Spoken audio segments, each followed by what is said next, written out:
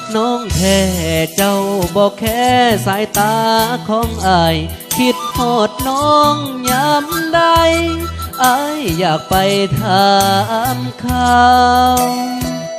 ผู้บ่าวฟังไทยหน่อยอกหน่อยใจเหลือเกินย่านสาวลาวมากเมิน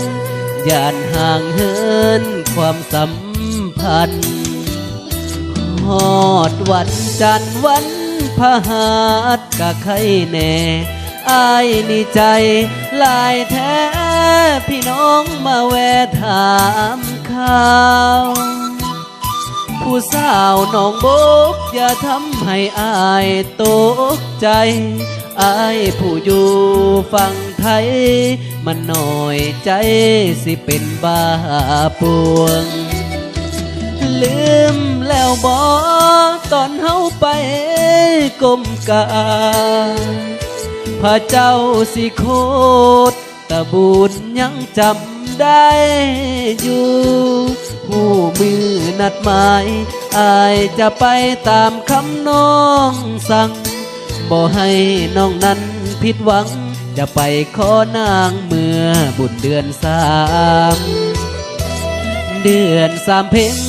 งานบุญพระธาตุพนมสองเฮานั้นไปกราบก้มพระธาตุพนมให้ซอยหลานแม่ย่านแต่สาวลาวฮักบ่จริงกับเบาฝั่งไทยคิดหอดอายสิโทรไปย่านแต่หัวใจสาวลาวขี้ตัว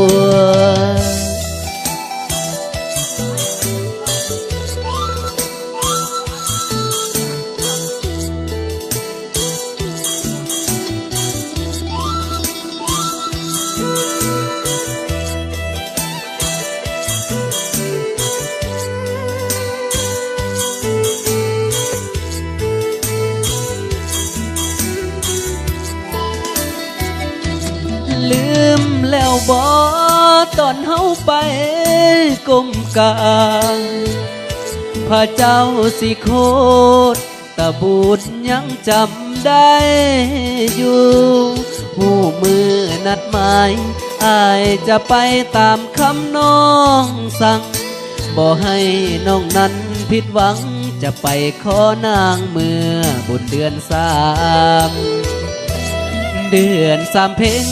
งานบุญพระธาตุพนมสองเฮานั้นไปกราบก้มพระธาตุพนมให้ซอยหลานแน่ย่านแต่สาวลาวฮักบ่จริงกับเบาฝั่งไทยคิดหอดอายสิโทรไปย่านแต่หัวใจสาวลาวขี้ตัว